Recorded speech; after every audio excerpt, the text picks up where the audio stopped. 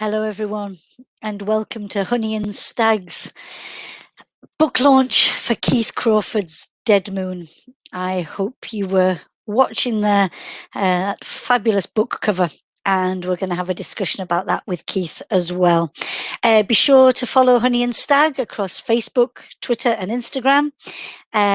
We feature a plethora of genre, and again, as the interview goes on, please feel free to engage and ask Keith any questions that you might have in the comments below. So I'd like very much to welcome Keith Crawford into the studio with us. And Keith hi Keith, how are you doing? I'm doing great. We just came back from holiday in Brittany. I've had my first haircut of the year. The sun is out of my beard, sadly, but I have a great suntan and I'm feeling good. Excellent. It is so lovely to see you, and great to be in conversation about this fabulous book, Dead Moon. I'm going to probe you a little bit about various aspects of the book, and also about your writing process and other activities that you're involved with writing and creativity. And I will be asking you at various points if you'll whet our appetite with a little taster or two from the book. Yeah? Absolutely. Thank you so much for taking the time to talk to me. It's a total pleasure. Now, just for anybody who's watching who isn't familiar with Keith, he's an ex-Royal Navy officer, a disabled veteran with PTSD, a doctor of law and economics, and a trained barrister. He's the director of Little Wonder Books and Plays, producing free and original radio plays at www.littlewonder.website. And again, towards the end, I'll come back and ask a little bit about that. But our focus today is your latest novel. It is the second, I do believe, in the science fiction fantasy genre. Am I correct? The second published, yes. Yeah. Ooh, and so there may be more in there. That's good. But the first one was Vile, and yes, that was right. and by the way, viewers, that's the name of the book and not my opinion of it. Okay. No, it is published last year, but this year. Okay, Dead Moon. And as we've never had the chance to be in this kind of discussion before, Keith, I wonder, could you set off by explaining how you got into writing and why it was that you went down the route of science fiction fantasy? Well, I honestly can't remember not being into writing. My earliest memories are of me trying to write novels. This is why I said the first published, because I've written loads and they were rubbish. So I remember trying to write books when I was in primary school.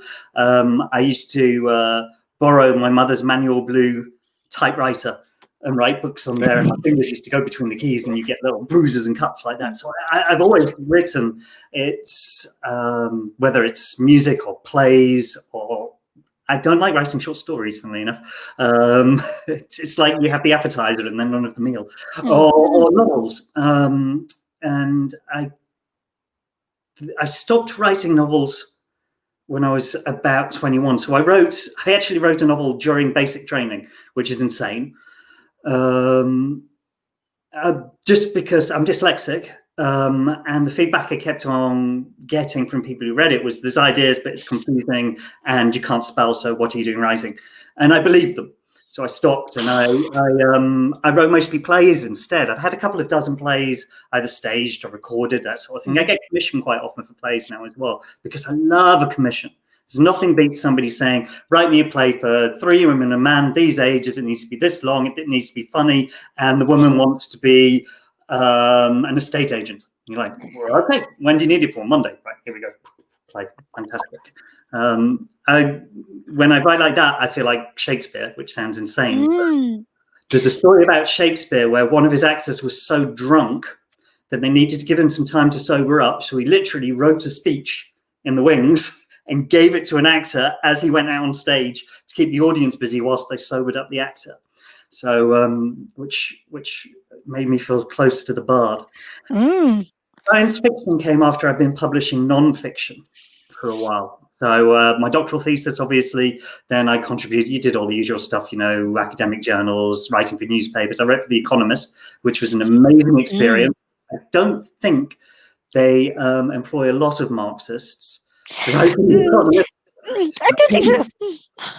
We had a bit of an ideological struggle. But Understatement. The pay was great. So you're like, yeah, that's fine. You see, I'm quite practical when it comes to the writing. And I was teaching law and economics at Sciences Po in Paris. My wife is French. Wonderful university, incredibly supportive, fantastic teaching schedule. I mean, it was really light, brilliant students. But I just felt like I was trying to get enough behavioral economics in for them to understand that free market economics doesn't work the way that Reagan's economists told them it did, that, there's another way. And first of all, I realized that these were privileged kids who were already getting all the support anyway. And secondly, these were stories, these were concepts that needed to go out to a broader audience. How could I do that? Well, I could. One of the advice I got was to set up a teaching site that was free to access. Not a terrible idea. But I'd always wanted to be a writer. And I was also negotiating to write a book on banking regulation. And as you know, in academia, the contracts are terrible. I mean, there's just no money. They don't pay. It's just like, write a book. We won't give you any money. We'll take all the money. Make sure to sell it to your students. And I'm like, I could write this and make no money, or I could write something with dragons and spaceships and make no money. The wonderful thing about science fiction and fantasy is they let you get straight to the point of the theme that you want to talk about without having to be necessarily historically accurate. So if I want to have an incompetent, blustering president of a country, I don't have to. Honestly, there's a long list of them. There's a long list of them. And frankly, always have been. I don't have to get their name and their details right. I don't have to offend anybody who might support them. Which is, I've supported political ideas that were wrong in the past. Not that bad, but being wrong is part of being a scientist. And being a good scientist, you're wrong, and then you learn, and then you change. So it lets you talk about what you want to talk about in a way that's entertaining and has things blowing up and has car chases and lightsabers if you're lucky and can get the license. And maybe one day I'll get to write an episode of Doctor Who. Chris Chibnall, I'm here. I'm available. Yeah, please, Chris. Yeah, he's really good. Let him have a go. Thank you. It lets you talk about the themes in a way that's fun and hopefully reaches people, and does it without them thinking, oh God, do I have to sit an exam at the end of this? And so you can talk about ideas that people might not have come across, which of course all the great science fiction writers did. I mean, people like Arthur C. Clarke predicted GPS and satellite communications a long time before they were there, and he wrote it in science fiction novels. Yeah. Because I wonder, because normally I interview crime fiction authors. Cheers. And we talk a lot about, through crime fiction, you are able to talk about things that maybe in everyday they are uncomfortable. And so I wonder, the notion in science fiction, that place of exploration that is there, that maybe were you to just be writing fiction in contemporary society, that kind of exploration just wouldn't seem feasible. I mean, crime fiction is fascinating for that. I had the privilege, whilst I was training as a barrister, to do several, I can only think of the word in French, work experience placements or workers, that sort of thing, in criminal law. And so I worked for a while trying to help prosecute men who were beating their wives. It's not always men who beat their wives. Very often women beat their husbands. And in homosexual relationships, basically when people are in couples, sometimes they're violent to each other. But sadly, 9 times out of 10, it's men beating women. And it was horrible. It was just horrific. You spend any time doing actual criminal law, whether you're a prosecutor or a defender. I helped defend a guy, and when I say helped, I sat in the room and I brought coffee. And his speciality was mugging pregnant women. That's what he did. And this time he'd been arrested again for this, following a Portuguese woman out of the bank, and she'd taken her life savings in cash so she could post them home because people make poor decisions. And he'd followed her and robbed her, except he hadn't. He swore he wasn't guilty. And you listen to this guy, and we spend a lot of time with him, and he's not guilty. He's saying they're fixing me up because, you know, this is the sort of thing I do. I'm not guilty. And his dad had been away for murder. He'd had a terrible childhood. I mean, this guy, and he just got a job. He just got an actual flipping job. And I won't go into the rest, but he was guilty of sin, and he went down for it, and he'd actually done it. And it's tragic, that sort of thing. So yeah, crime writing lets you go there. Science fiction, I guess, falls into two main branches, to simplify. The science fiction which looks at social issues. I wonder whether a book I didn't like very much at all, but Solaris by Lem is very much about male-female relations, and I don't think what he has to say about them is necessarily very good, but it was a while ago. And then you have science fiction, which is exploring big, huge ideas. Not that social ideas can't be big and huge, the big, huge ideas, but what would it be like every film that the guy that's just on Tenet is at the moment. You know, you're just going, yeah, Christopher Nolan. Yes, what would it be like if you had assassins going back in time to kill people, and that sort of science fiction? I'm more of a social issues guy. Whilst I'm a science enthusiast and a scientist, I'm not.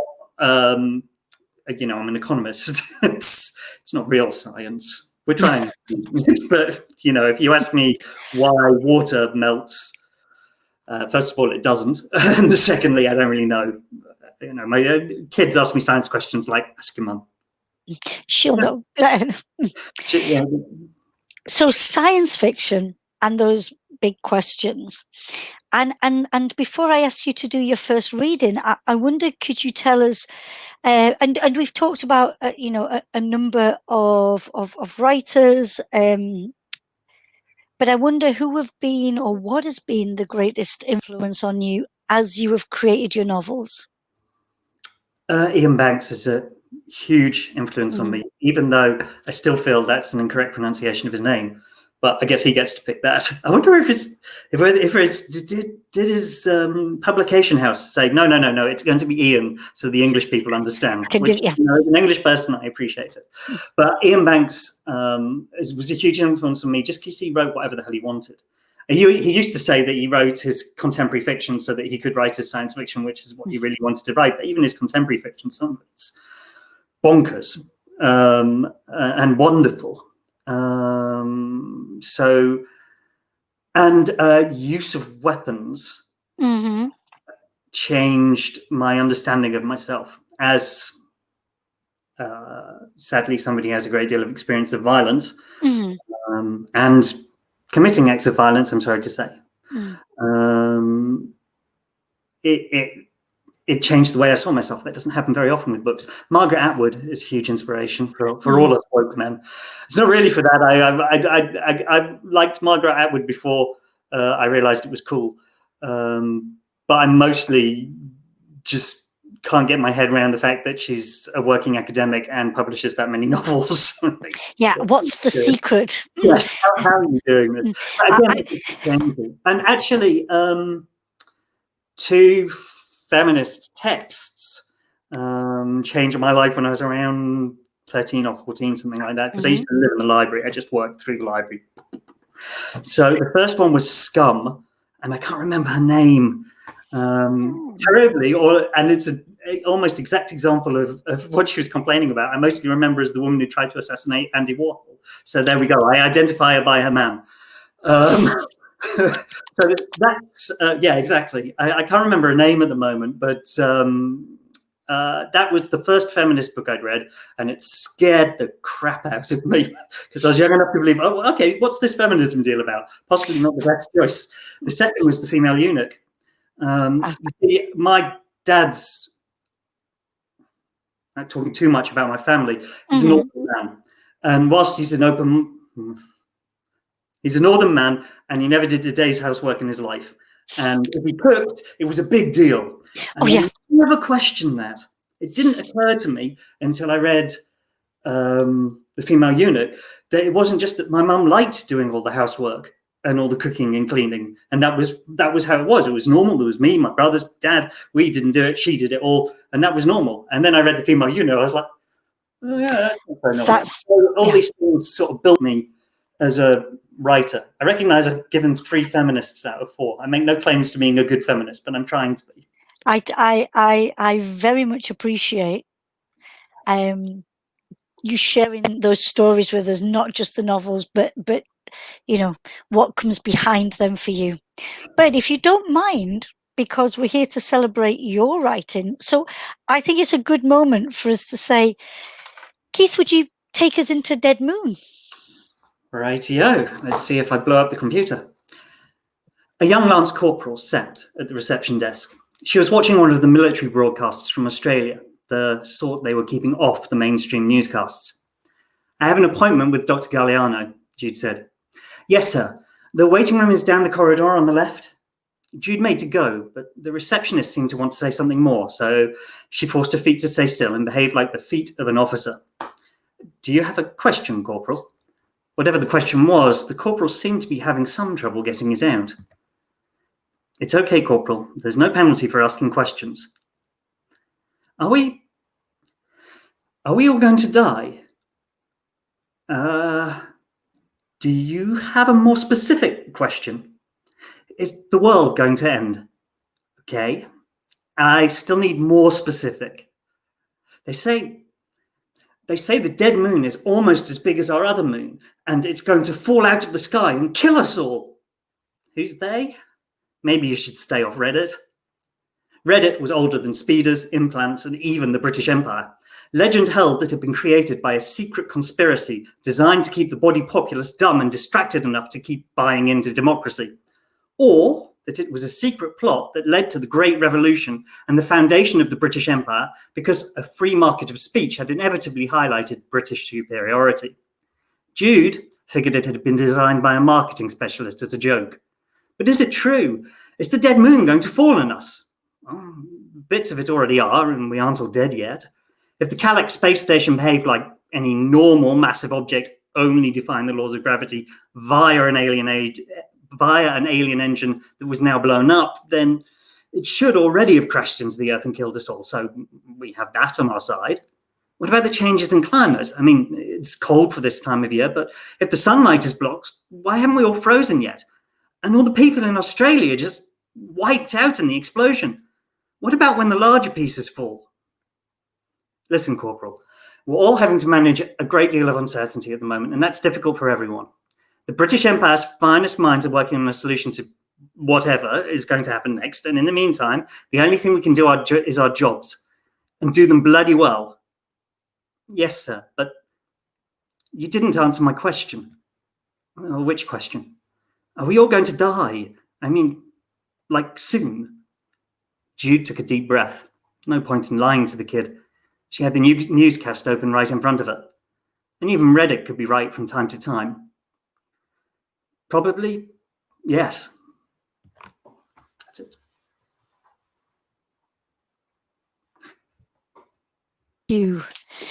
Thank you, Keith. Thank you. I was lost there, waiting for, is this moon coming towards us fast? Now, so in that, you introduce us to the dilemma, but we also get a chance to hear about some of your protagonists. And I wonder, before we think about the end of humanity as we know it, I wonder, could you introduce us to Jude and Hamid? Give us a little bit about them, but also I'm always intrigued when authors create new personages, and what is it that you like about these two characters? Why are you fond of them? Because I trust that you are. So introduce us to us. Yeah. It's so hard to kill them horribly. Not that I'm saying they get. violent. A lot of people got killed horribly, hence the title. Anyway, characters. Jude is a starfighter pilot trying to get pregnant in the last days before the end of the world. She's career military. She signed up when she was 16 to be part of the Starfleet of the great interplanetary British Navy, which is a little bit fascist and basically involved her going out and keeping the peace. And she's very, very focused. She's very career driven. She comes from a working class background in a post-scarcity world where there shouldn't really be a working class anymore. So what you've got is this whole underclass of people that the Empire doesn't really have any use for. And she's managed to escape from that and become a pilot.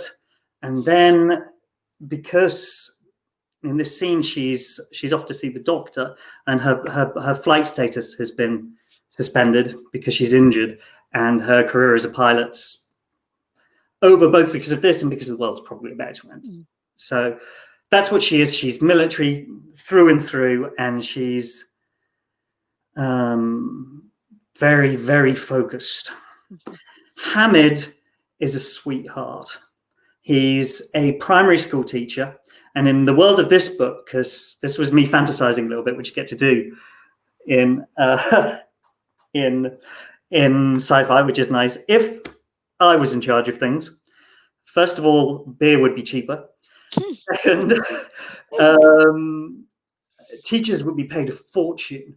Amen. They've done a par with investment bankers who wouldn't earn very much, and they would get years and years of training and continued support, actual holidays instead of 6 weeks preparing plans for the next year.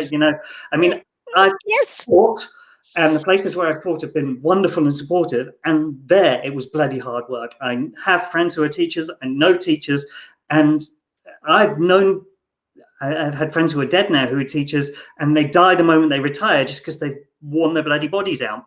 So Hamid is a teacher in this fantasy world where he had to get a PhD in maths before he could go, and education, all this sort of thing, before he could go and be a primary school teacher, which is really prestigious.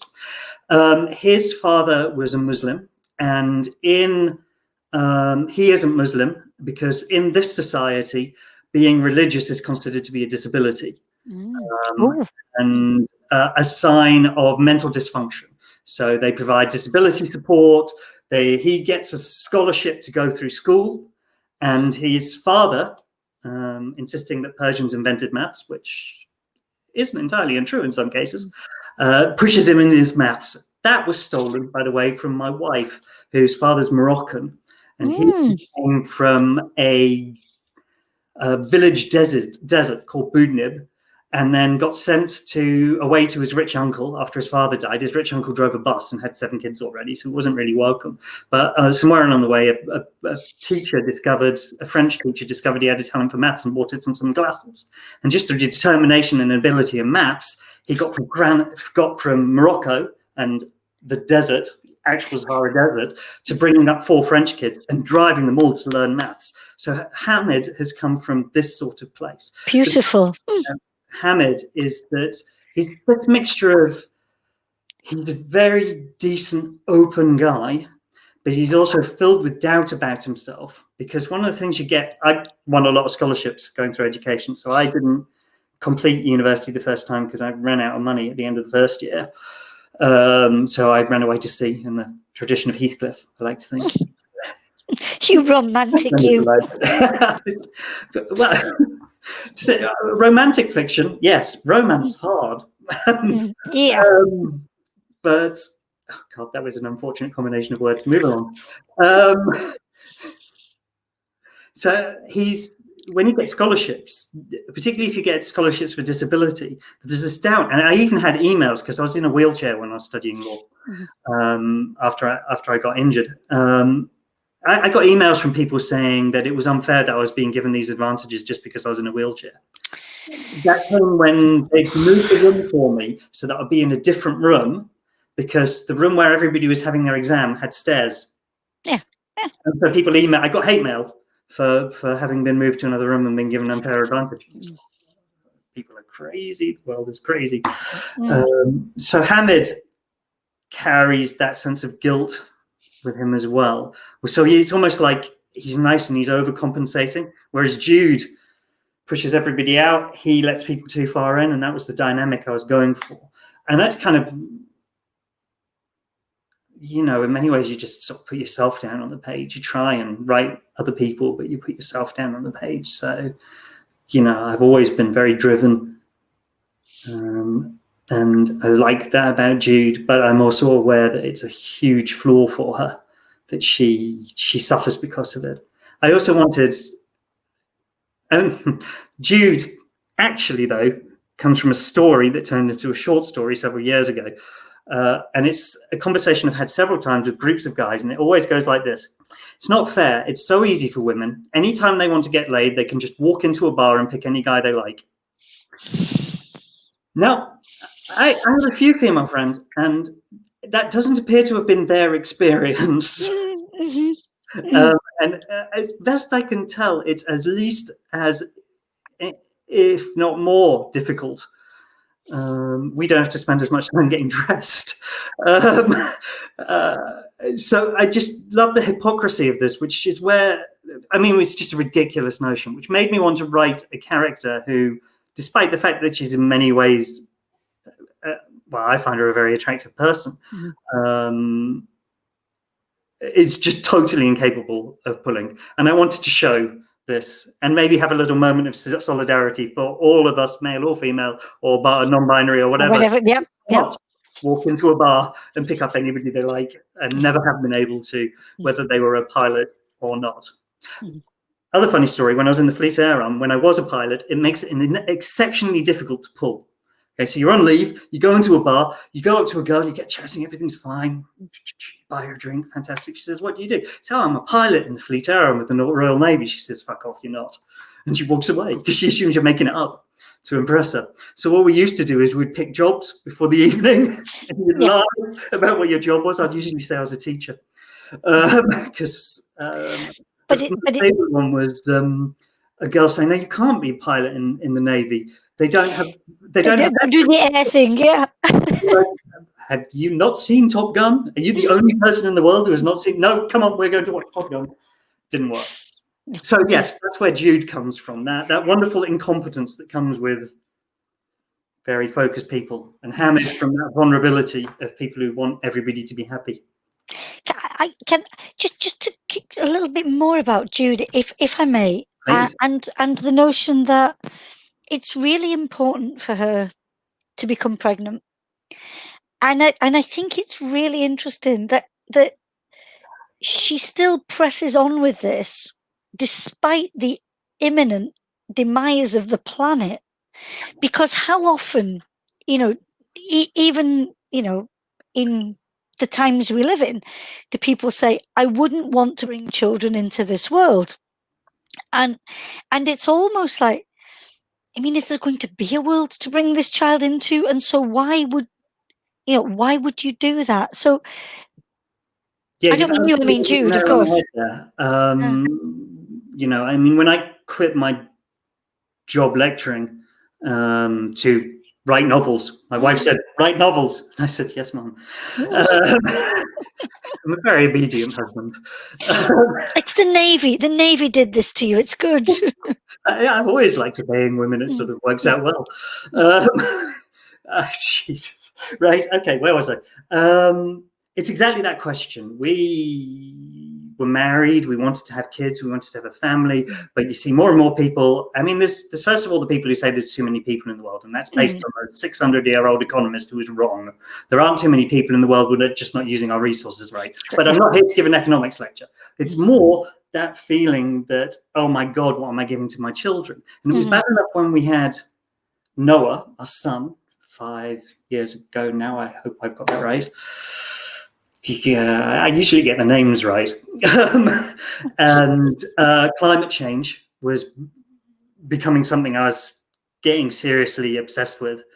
Talking about trying to avoid obsessing over things you can't control, but going, wow, every indicator is that this is going to be worse than we thought it was, even without the fact that all the people in power who promised they'd do something aren't doing anything. And you're like, are my kids going to live their adult life in a post-apocalyptic wasteland. And what am I doing to them?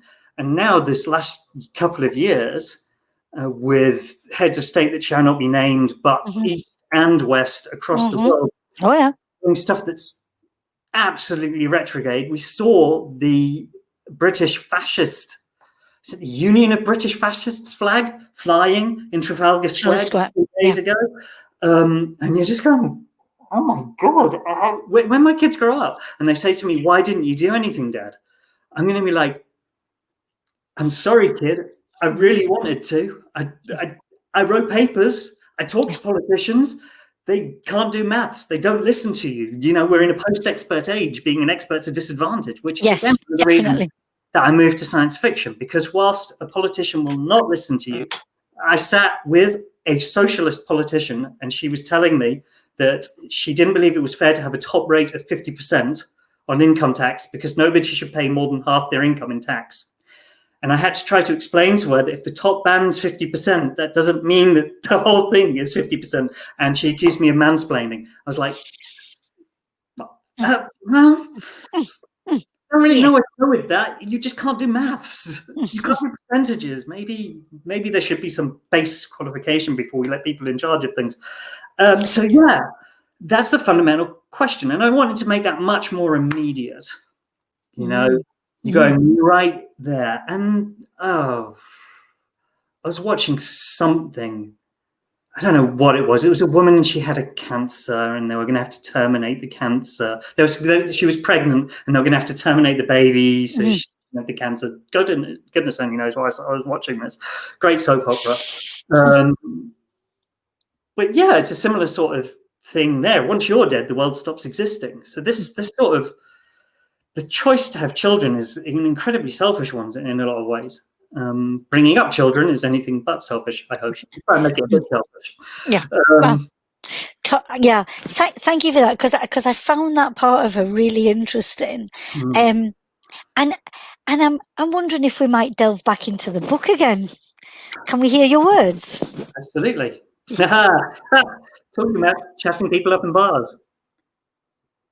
I think you're really hot, said the guy in the green shirt.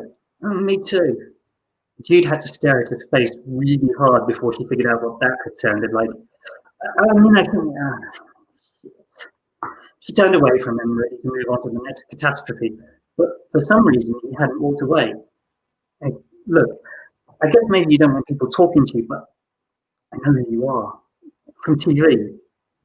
I just wanted to say thank you for what you did, from all of us.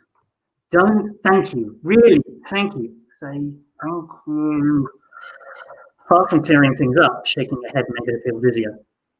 Look, I'm not here to talk. So, yes or no, do you want to come up to my hotel room and have sex with me? He opened his mouth, breathed in, and didn't manage to say a single word before Jude kept on talking. I should warn you, I'm pretty drunk, and you may have to do all the work. Also, my best friend might be there, and no, my implants are fine. I just need to be really drunk to do this. Look, he still couldn't speak. Okay, which I realised isn't the most flattering thing to say, she continued, trying not to lean too far forward, aware that she might be leaning too far back in her effort to compensate. To tell you the truth, I don't have a lot of experience, not really my sort of thing, messy, hurty, way too much touching. But tonight, for one night only, Jude Styles is interested in sex. So, you should pretend I said something nicer, come upstairs and put your cock in me. Seriously. But you could have anyone in the bar. Yeah, you know, people keep on telling me that. You're a hero, a real hero. That's not what, you saved the world. Oh, fuck this, Jude said, and punched him in the face. Punching in the face is often how I end a chapter. Should I keep on reading? Should I drink my beer? That scene is part of a whole scene of failed chat-up lines, which I got my friends to help me with. So I went on Facebook and asking people what were the worst chat-up lines they'd ever heard, and then Jude got to say them in an earlier part of that chapter, which was one of the most fun things to write in the book.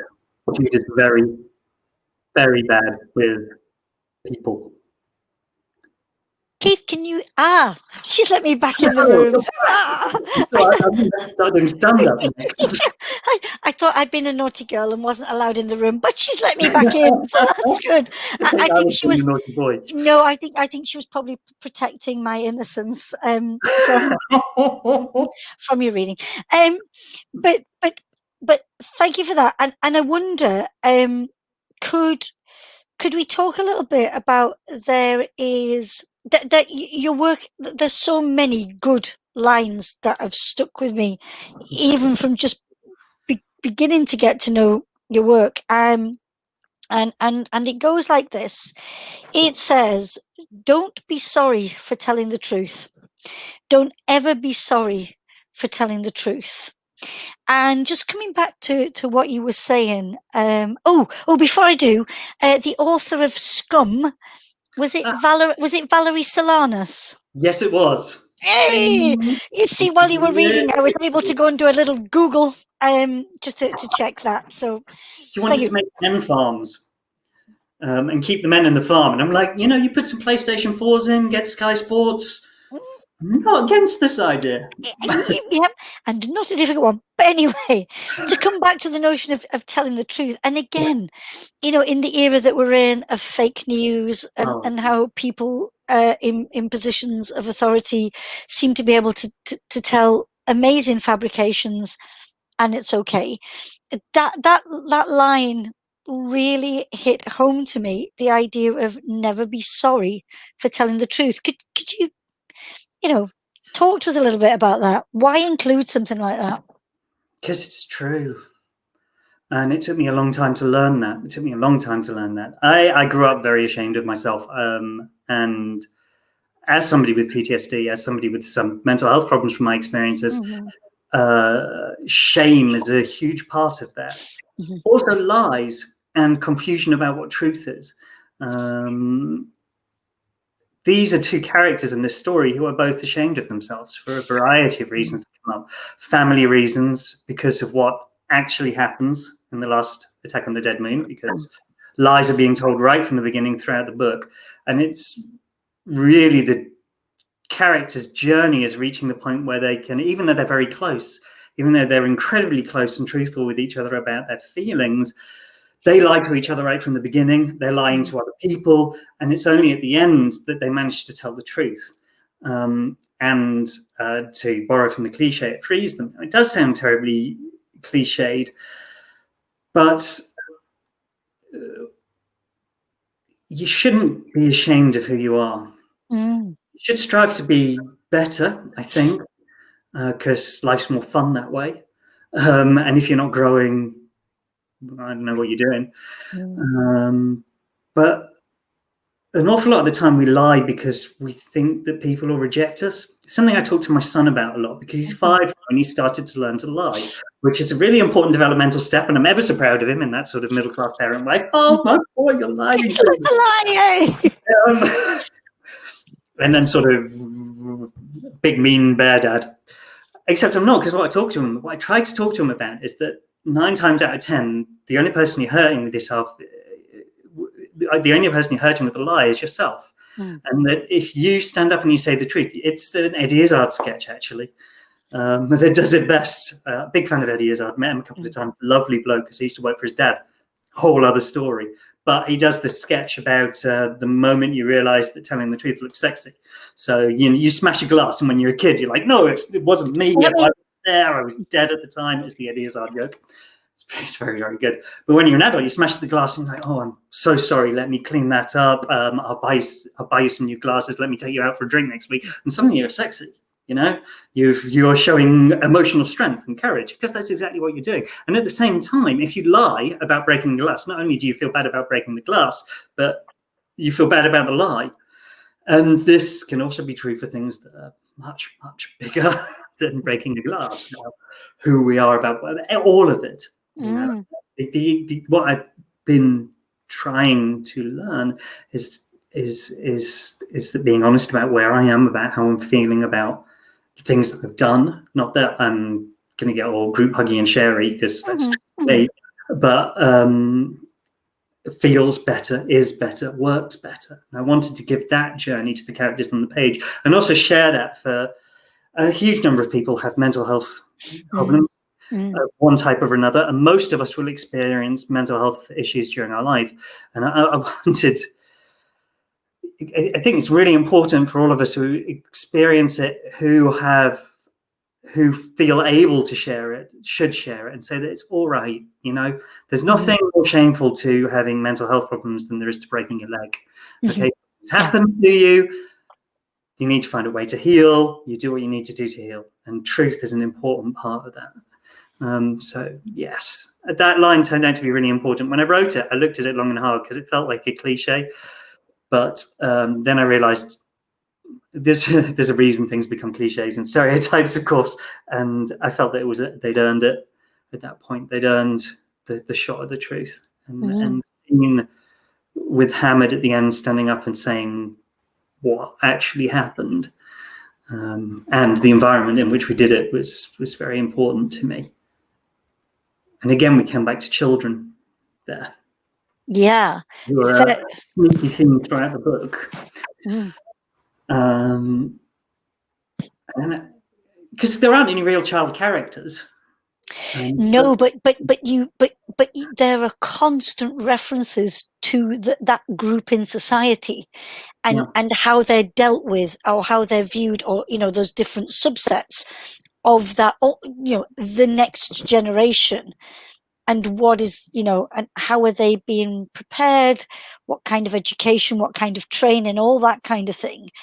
And I wonder whether doing it as this vast body of society, actually, for me, it had a bigger impact than you peppering the text with maybe 2 or 3 key small people.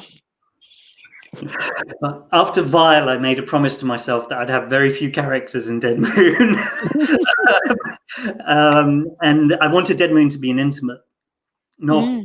So it's almost all Hamid and Jude talking to each other and shooting people, or swimming or fixing the car or stuff like that, which was nice. The early drafts were incredibly dialogue heavy, and that was something that I had to work through. But the notion of children is there, and Jude and Hamid as children comes up a lot. So again, I've got small children transforming from babies into people, and you think a lot about your own childhood. Goes on, and you try really hard to do parenting differently and have mixed successes. And so this is a book about, again, it's not about particular children. It's about the children in us and our relationship with children in society, and how do we hope for the future, and what do we do to make the future better, which brings us back to truth. The strongest people are the people who stand up and tell the truth, which is how we know certain of our leaders aren't very strong. So I wanted to touch that.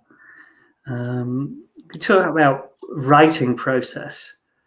And so these days, because I've written a lot since Vile, and Vile was, I sat down and said, right, I'm writing a novel now properly. This time I'm going to write a good one. I'm going to read lots of books on how to write good novels. I'm going to read lots of good novels, although I've always read a lot anyway. Write a good book. And I chose terrible self-help books. I'm not going to say which ones, but the self-help books on writing that I chose were not the right ones to choose, and created enormous problems for myself, and ended up having to carve Vile out of a mess until it turned into a book. And it took a long time. Dead Moon had a much clearer through thread, an idea in it, and what it was and what it was supposed to be, which made it easier and faster, which is good. And also let me explore things more freely, because I knew where it was going. So it was nice to be able to have these two, I think, very complicated characters who make mistakes and who aren't always that sure why they do what they do. Because I like that. I don't like when characters understand themselves too much. Mm. And I hate it when characters are always right. I can't. It's like I got stuck in a ship where the only books were the complete collection of Clive Cussler novels. Okay. All credit to the man for what he does and for the money he's earned, but his central character is like the ultimate Mary Sue. And lots of people love it, but this guy can do everything, and I just don't enjoy that. Yeah. I mean, Eleanor Payne in Vile is deeply flawed. She makes horrible mistakes right from the beginning. She doesn't admit that, but she does. And I like a little bit. I like at the end is when Jude suddenly realizes they could have just stolen an aircraft at the beginning and flown down to Pixel in half an hour. And she's Why like, didn't "How can we do that?" And of course, we know why she wouldn't do that, having read the book. But I quite enjoyed that moment. And I agree with you wholeheartedly, that notion of a protagonist who does great things but doesn't always get it right. It is much easier for me. Again, everybody has their tastes in what works for them, but it makes me want to find out more about them, I think, and find out why they make mistakes and what's behind that. But yeah.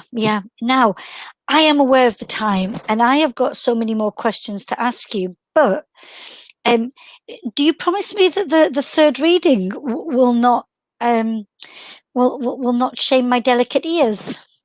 There's some swearing. I think we can go with swearing. It's just other things might make the doctor blush.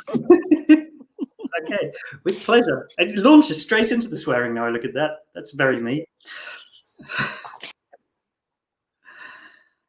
You military fuckers, the feral leader said. It's all your fault. All of this is your fault. Jude turned her wrist again, but her implant wouldn't work.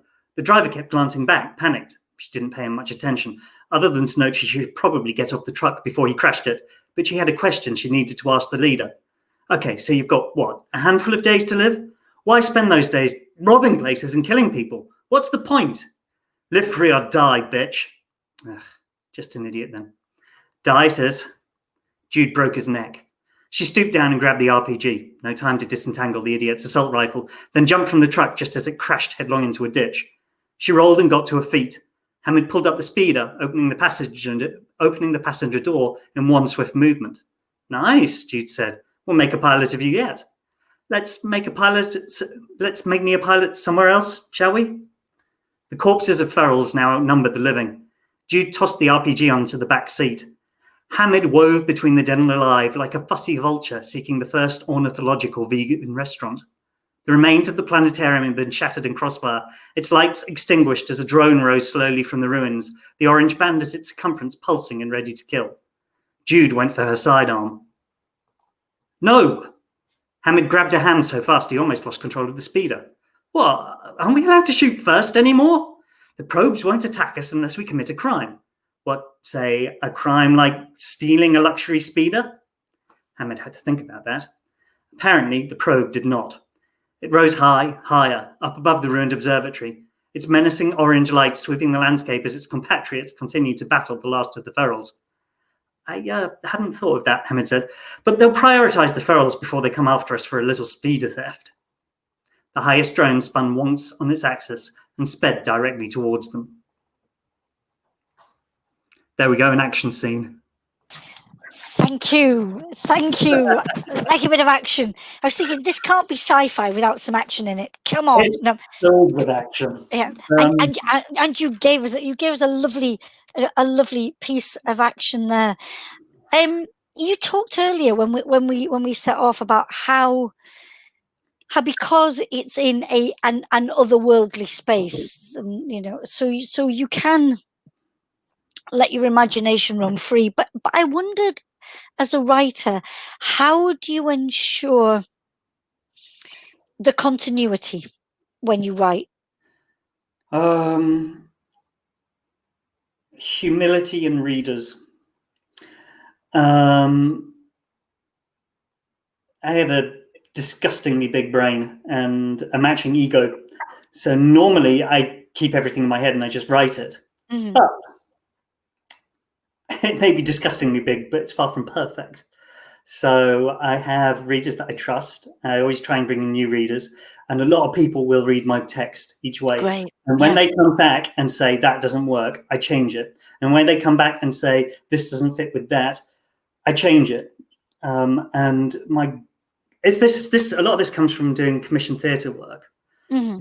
And when somebody else is paying for you to write something, you bloody well give them what they ask for. Of course. In my opinion, I'm just a simple military man. I'm quite happy to do high arty stuff, and my novels give me more freedom to write stuff that I'm passionate about. But with a commission, you bloody well do the commission. Similarly, if a reader gives you feedback, you take it seriously. Of course, the reason they think it doesn't work might not be the reason it doesn't work. They're not writers. So you have to figure out the difference with where it is. So in terms of continuity, you need some different writers. You need writers who love stories. Sorry, you need different readers. Ideally, not writers. Writers are not the best readers. Interesting.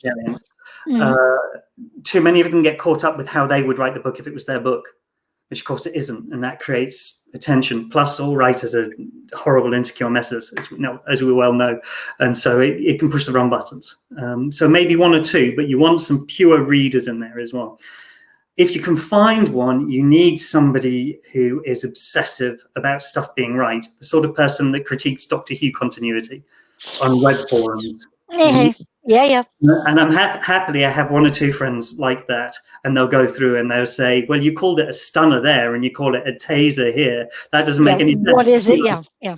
I don't even remember what happens in those scenes, but yeah, sure. Okay. And that's fantastic. And you change that. So you get somebody to look at continuity for you. And then that just keeps on going through the process. I think every indie writer who can possibly find a way to afford it should hire the best developmental editor they can get hold of, and far more importantly, the best copy editor they can get hold of.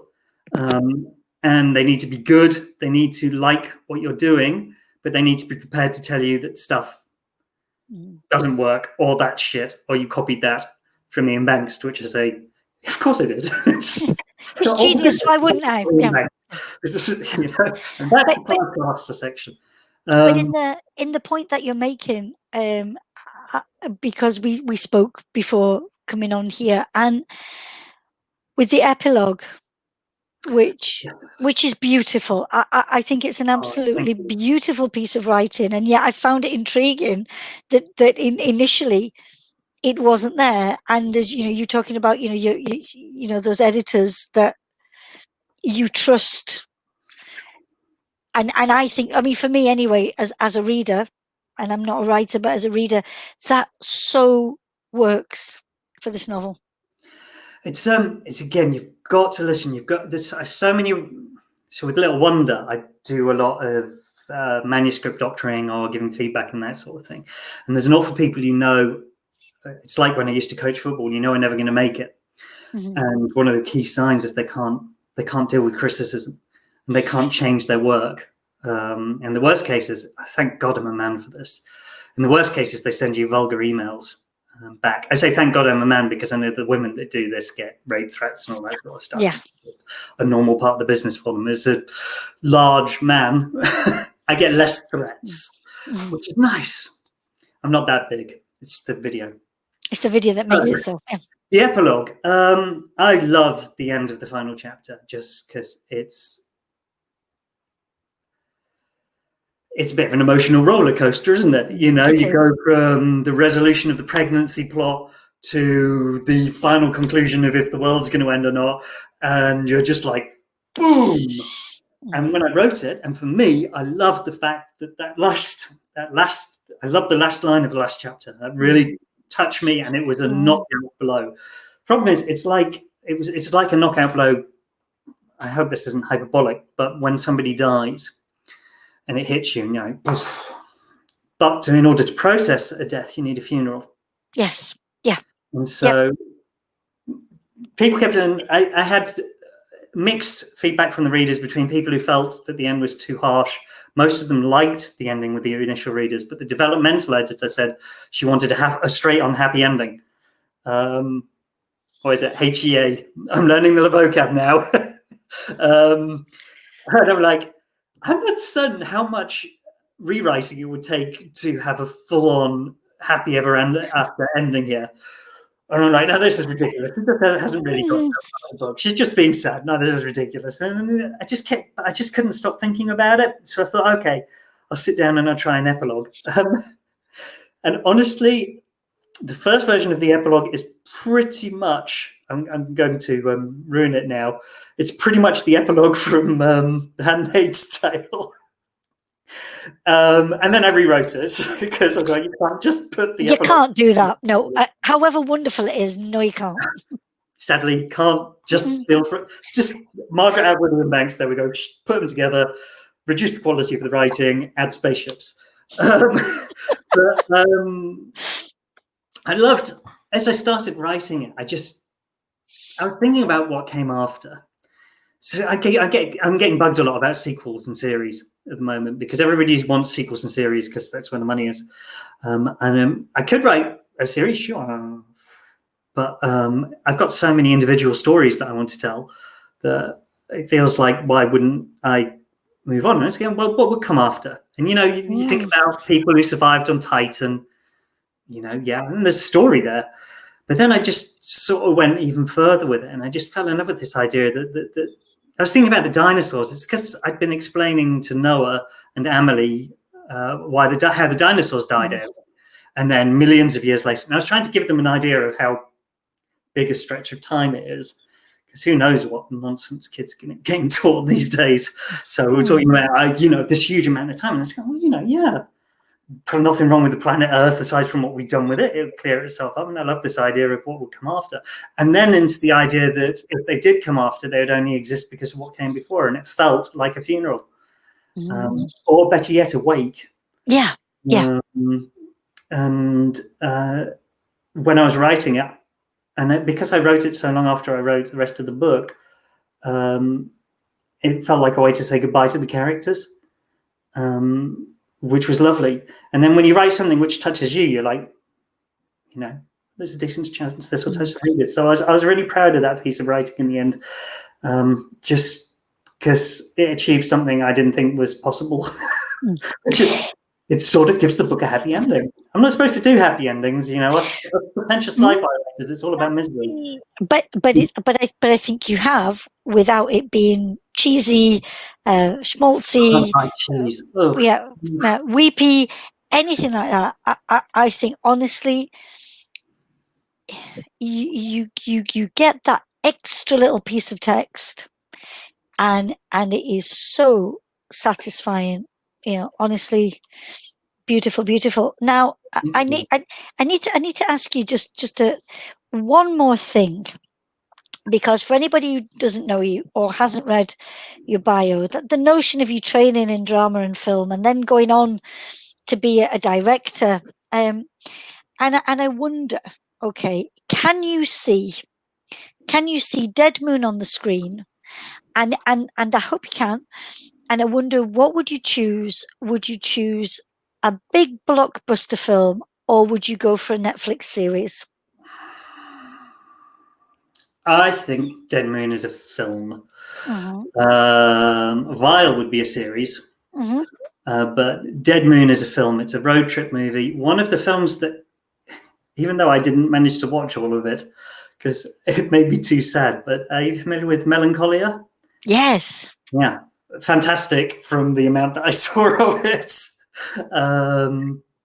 But the book's quite visual. I think one of the things I really want to say to people who are like, do I read Keith's books? Oh, it's science fiction fantasy. I don't really do that. My books are about characters. Yes. They're about social issues and characters. Without a doubt, yeah. There was a long period where I considered writing Vile actually in 18th century France, which wouldn't have been too difficult. Would have been strange, but possible. You could have written Dead Moon to be modern day. No problem.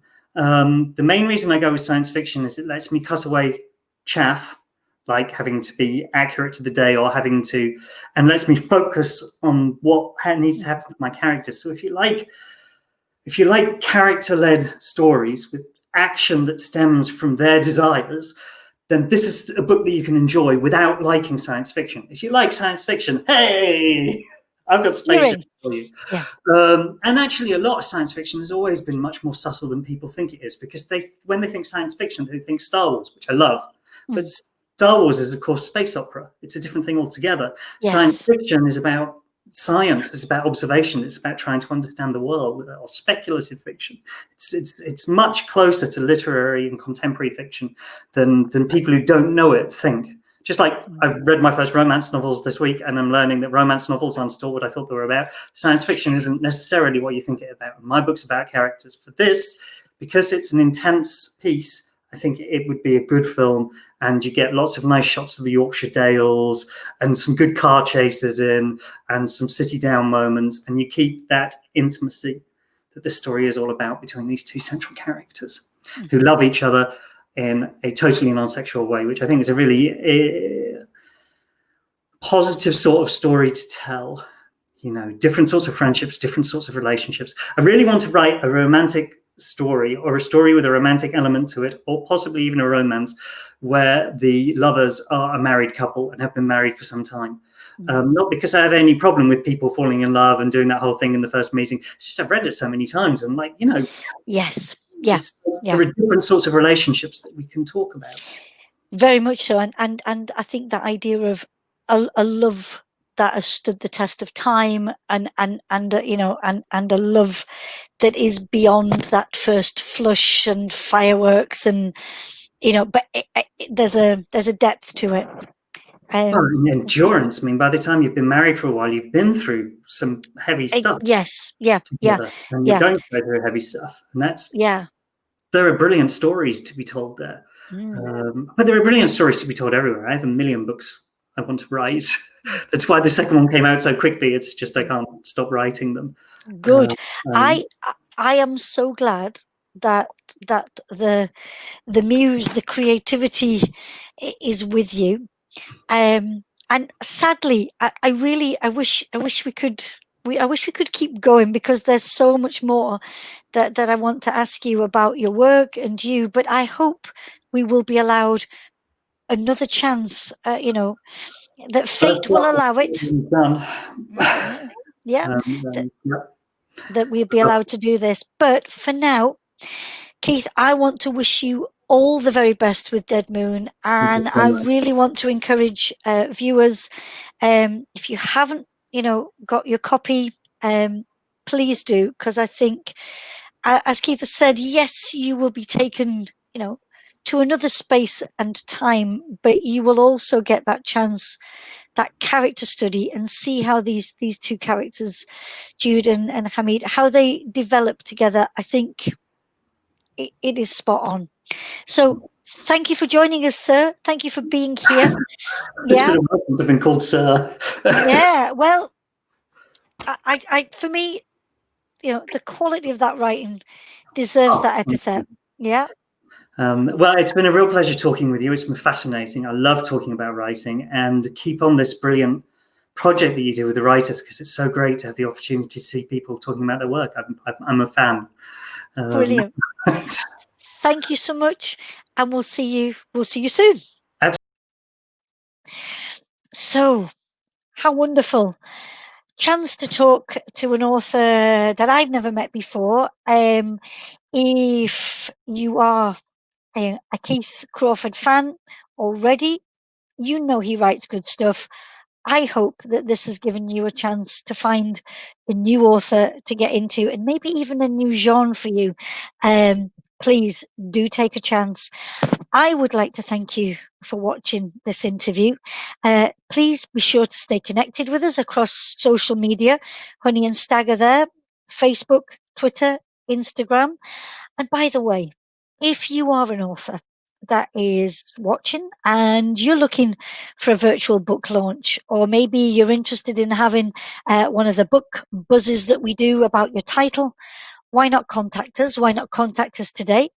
We'd be really happy to help you. And please, again, remember that whilst Dr. Collins might have a passion for crime fiction, Honey and Stag are in the business very much of bringing books from across the range there of good writing and good reads. So thank you, everyone, and hope to see you again soon. Goodbye.